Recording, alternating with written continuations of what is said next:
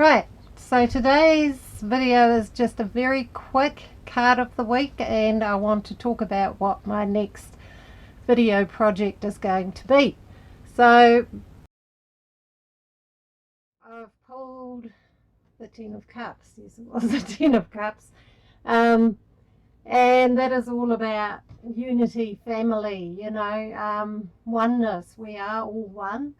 And most humans aren't actually that comfortable being entirely alone. We do like to have a sense of community. So this can be about your actual family or a community that is like family around you and spending time with them and connecting. So it's a beautiful weekend for that. But what I really wanted to talk about, I just thought I'd squeeze this in quickly, because I plan to not do them for the weekends anymore, just do the 3-card reveal on a Monday. So what I really want to talk about is my next video project, which is going to be a self-love project, and I'm going to look at what people can do to love themselves. I mean, I've talked about twin souls and twin flames. They reflect everything back to us, so they reflect our lack of self-love back to us too. So it's really important to love yourself as well. That doesn't mean you have to be perfect before you can meet somebody to love you. A lot of people have that weird idea.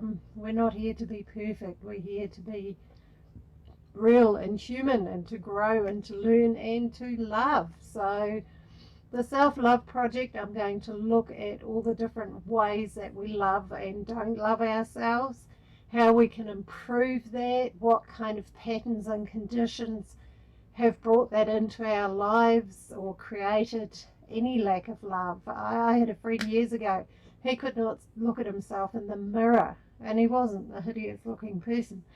That's how deep that went, and I thought that was actually really, really sad. Mirror exercises are one of the number one key tools to do that, to actually look into your own life, eyes, and love yourself.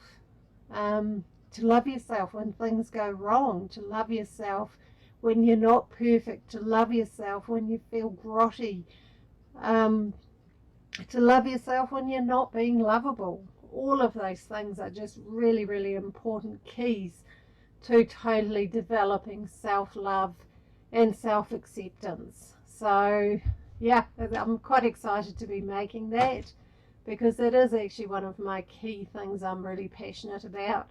It's something I put on my Facebook page. I try to put a lot about loving yourself, accepting yourself in that environment, and I want to start doing it through video as well, because essentially when we love and accept ourselves, we can handle most things. And it doesn't mean we always handle them perfectly, the whole perfection thing. I get so many people who say, do you think I'm healed enough to be allowed to meet my soulmate? And I think, goodness, we all heal each other. And yes, it's good not to jump straight from one relationship to another one because you haven't processed the last one yet. But you certainly don't have to be perfect in order to love. Love is such a huge spectrum. It's certainly not based on perfection. Spiritual love, yes, it's very unconditional, very, very unconditional. And that is where through practice, through daily practice of loving ourselves and accepting ourselves and forgiving ourselves, that we learn that, until one day you realize that you actually accept yourself perfectly, and that's when it's actually really easy to totally accept other people too. That battle, that reflection is no longer an issue if you are with your twin flame, because I talk about that quite a bit. Loving yourself is essential. Your partner cannot fill you up. You need to do a certain amount of that yourself. So yeah, self-love can be done solo or in a relationship as a couple. You don't have to go bush and sit there and love yourself for the next 10 years to be perfect enough to attract your soulmate. Often our soulmates, our twin souls, come into our lives when both of us are anything but perfect, in order to shake each other up, wake each other up, to make us grow. So it's a prearranged thing that we do as spirits, you know, where we go, okay, let's connect. Let's do this for each other. So, yeah, I've had people, friends, family, partners in my life, and at the time sometimes what happens is a little bit odd, but in retrospect you can actually see the growth and the lessons in each thing. So yeah, so my whole video series is going to be about all different angles of looking at self-love, at increasing that, at making that work better for you, and fall in love. Yes, fall in love with yourself. It's a beautiful journey.